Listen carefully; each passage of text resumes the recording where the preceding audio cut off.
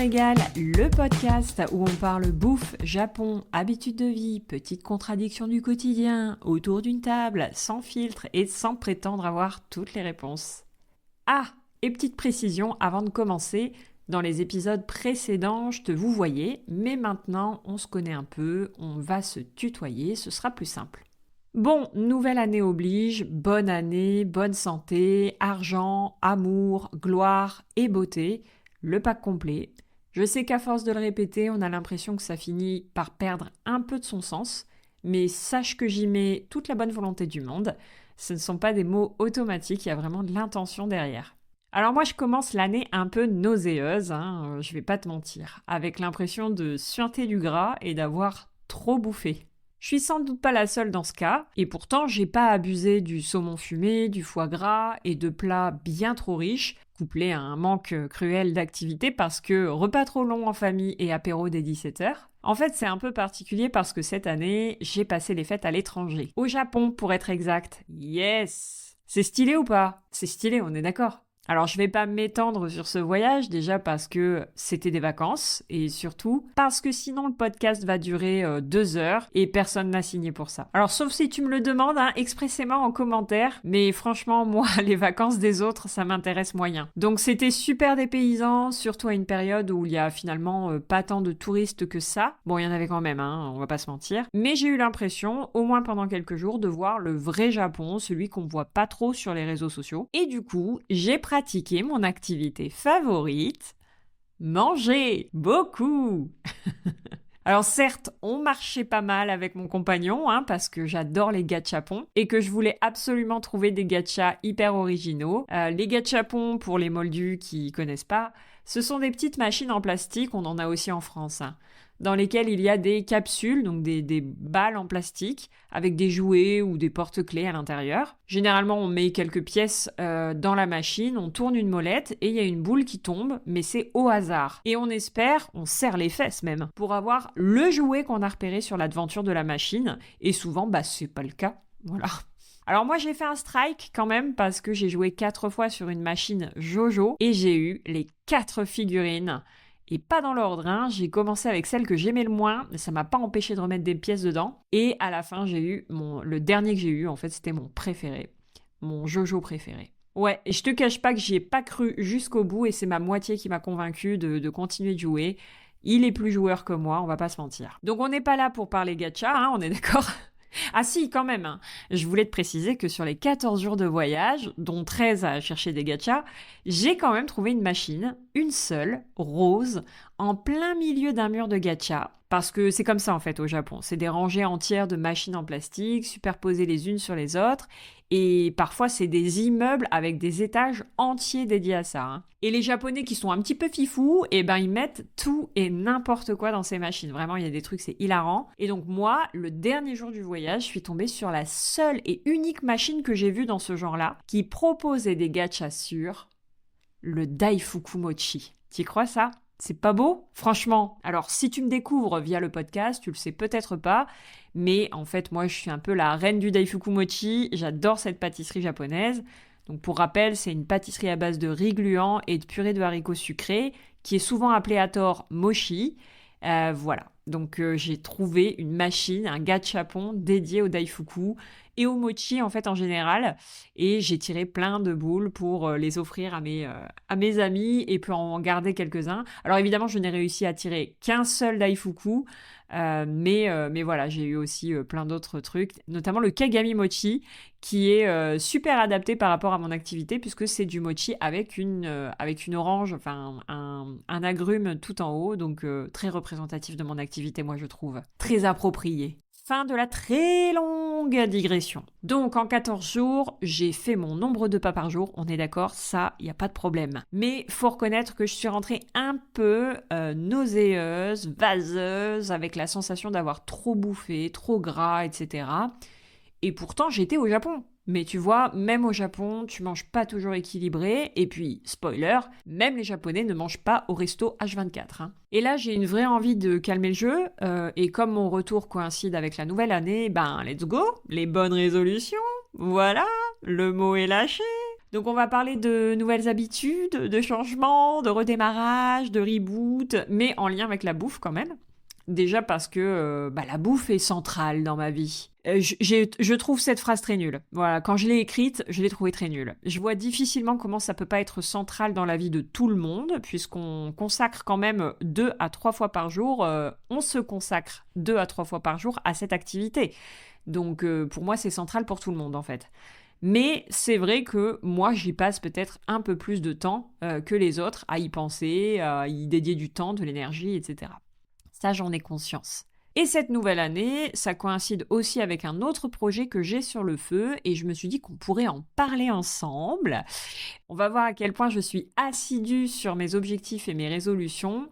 Tu en seras témoin. Alors avant de t'expliquer ce projet, petit détour d'abord par le passé, puisqu'il faut quand même introduire ce truc, que ça sorte pas de nulle part. Donc je te le disais, moi, la bouffe, grande histoire d'amour, avec un petit défaut, j'ai une passion très sincère pour tout ce qui n'est pas exactement recommandé par la sécurité sociale, vois-tu. Les frites, les fritures en général, les pizzas, les burgers, etc. Et avec l'âge, il y a les gâteaux, les tartes, les brioches, tout ça, ça s'est ajouté à la liste. Donc voilà, tu as une petite idée de la personne que je suis en réalité. Et puis, j'aime pas que manger en fait. J'aime tout ce que ça représente. J'adore retrouver mes amis autour d'un repas ou autour d'un truc à manger. J'adore partager autour d'un repas, discuter, refaire le monde autour d'une table. J'aime aussi l'alcool. Alors attention, hein, je n'invite pas à avoir une consommation démesurée d'alcool. Mais je dois reconnaître que j'aime l'alcool, j'aime le bon alcool. Ceux qui ont beaucoup de personnalité. Et peut-être qu'un jour, on en parlera de l'alcool japonais notamment. Donc voilà, tu me dis en commentaire, voilà, on peut toujours se faire un petit moment ensemble pour parler de ça. Donc en fait, je me rends compte que tout ce que j'ai dit là, finalement, on dirait juste la présentation du podcast. Non, tu trouves pas? En gros, j'aime les bonnes choses, les choses moins bonnes aussi, et il y a plusieurs problèmes. En gros, déjà, je vais surprendre personne en disant que je suis toujours plus attirée par des repas riches, sucrés et gras que par une assiette de légumes vapeur. Et ces habitudes de vie, malheureusement, ça n'est pas sans conséquences. Et non. Encore plus avec l'âge, ça laisse des traces visibles. Je vois bien que la machine marche moins bien qu'avant. Tu vois, il y a quelques années, en fait, j'ai vu une spécialiste pour la perte de poids. Ouais, je lâche des dossiers comme ça, mais j'ai aucun problème à en parler, en fait. Elle m'a fait perdre 8 kilos à l'époque, sans régime, honnêtement. Je m'enfilais une pizza énorme par semaine, le dimanche, c'était mon jour de relâche. Et honnêtement, de mémoire, j'avais un verre de vin plusieurs fois par semaine pendant mon repas. Et franchement, j'ai pas le souvenir de m'être restreinte. Je faisais pas autant de sport qu'aujourd'hui. Et à l'époque, j'ai fondu, dégonflé, tout ce que tu veux. Bon, j'ai tout repris, mais c'était pas un effet yo-yo. J'ai perdu sur plusieurs mois et j'ai repris sur plusieurs mois pour différentes raisons. Sauf que si aujourd'hui j'applique les mêmes méthodes qu'à l'époque, donc vraiment que je reprends ses conseils, ça marche plus. J'ai essayé. Mon corps, il se dit juste la base meuf. Donc, il y a une période de ma vie où j'ai testé plein de trucs pour mettre en place des nouvelles habitudes alimentaires, plus saines, avec des micro-changements au quotidien. D'ailleurs, si ça t'intéresse, on peut faire un épisode là-dessus. Comment changer ses habitudes alimentaires sans se pourrir la vie. Tu me le dis en commentaire. Ou sur les réseaux, je rappelle, Instagram, umikan, umikan.zest, Z-E-S-T. C'est tout. D'ailleurs, au passage, je suppose que t'es abonné. Merci. Alors attention, je suis pas médecin et mes conseils ne sont pas des conseils scientifiques, ce sont juste des micro-ajustements à la portée de tous. Voilà.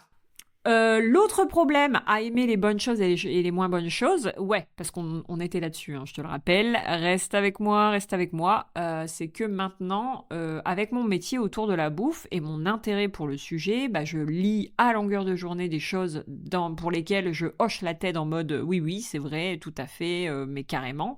Je suis d'accord, faut nourrir son corps avec le bon carburant, je suis tellement mieux quand je mange équilibré, je vois des vrais changements en termes d'énergie, de bien-être et de physique, et pourtant, dès qu'on me propose de commander une pizza, bah je dis allez.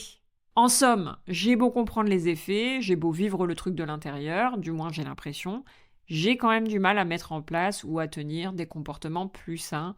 Et c'est hyper culpabilisant parce que, en plus, je bosse dans la bouffe. Et parfois, on me demande des conseils que j'ai du mal à appliquer moi-même. Alors la bonne nouvelle, c'est que j'en ai conscience et aussi que je m'intéresse au sujet quand même. Et je me dis qu'à force de plonger dedans, je vais peut-être réussir à implémenter des nouvelles habitudes parce que je comprendrai mieux ce qui se passe en fait. Et cette année, il y a un truc qui va peut-être m'aider à mettre tout ça en place. En fait, il y a 2 ans, je me suis inscrite en CAP cuisine avec un module de diététique. Si tu me suis sur les réseaux, tu sais que j'ai validé mon CAP en juin dernier et un peu en catastrophe parce que je m'y suis prise à la dernière minute. Mais bon, c'est pas le sujet. Là, c'est la dernière ligne droite pour la partie diététique, parce que mon accès à la formation va se désactiver en juin. Et est-ce que je suis une personne qui bosse dans le rush? Normalement non, mais visiblement si en fait. Donc je ne passe pas un diplôme complet de diététicienne, parce que c'est absolument pas un métier qui m'intéresse, mais je vais bosser les bases scientifiques et les coupler avec des ressources externes. Mon idée est simple, comprendre ce qui se passe à l'intérieur, pas juste savoir quoi faire, mais comprendre les mécanismes. Je me dis que si j'ai un peu plus le nez dedans, ça m'aidera peut-être à stabiliser certaines habitudes sur le long terme. Alors je suis pas dans une démarche culpabilisante, ni dans une pression inutile, parce que manger à la base, c'est du plaisir pour moi, c'est même parfois une récompense. Ça aussi, faudrait qu'on en reparle, mais une autre fois. Et j'ai pas envie que ça devienne un truc anxiogène, contrôlé, culpabilisant, avec tout le tintouin. Soyons honnêtes, je crois pas trop aux grandes résolutions non plus, celles qu'on annonce le 1er janvier et qu'on abandonne le 12. En revanche, j'aime bien l'idée de déclic. Pour moi, les déclics, c'est un peu, en réalité, la pointe de l'iceberg d'une accumulation de réflexions. À force de mettre un peu plus de conscience, un peu plus de détermination, un peu plus d'envie dans une idée, ça finit par devenir un déclic. Un jour, ça bouge sans prévenir, ou du moins on a l'impression. Donc je ne sais pas encore où tout ça va me mener. Je sais juste que j'ai envie d'avancer sans me battre contre moi-même, d'ajuster, d'observer, de voir ce qui vient, ce qui tient et ce qui ne tient pas d'ailleurs. Alors, je me suis fait un petit planning de travail avec la formation et puis je suis allée à la bibliothèque et j'ai emprunté le grand livre de la nutrition de Rhiannon Lambert, voilà. Beau bébé de 210 pages. Bon, ça va, 210 pages, je devrais m'en sortir. Et en plus, il y a plein de photos. Alors, je dois le rendre dans 3 semaines environ. Alors, ça va quand même falloir que je me mette un petit coup de pied au derche. Je t'en parlerai probablement au prochain épisode. Donc, n'hésite pas à t'abonner, à laisser une note ou un commentaire. C'est le plus beau des encouragements que tu puisses me faire. Tu peux aussi me retrouver sur les réseaux sociaux, notamment humican.zest sur Instagram ou TikTok, pour suivre la suite de cette réflexion et les projets en cours. Voilà. On se retrouve très vite autour de cette table.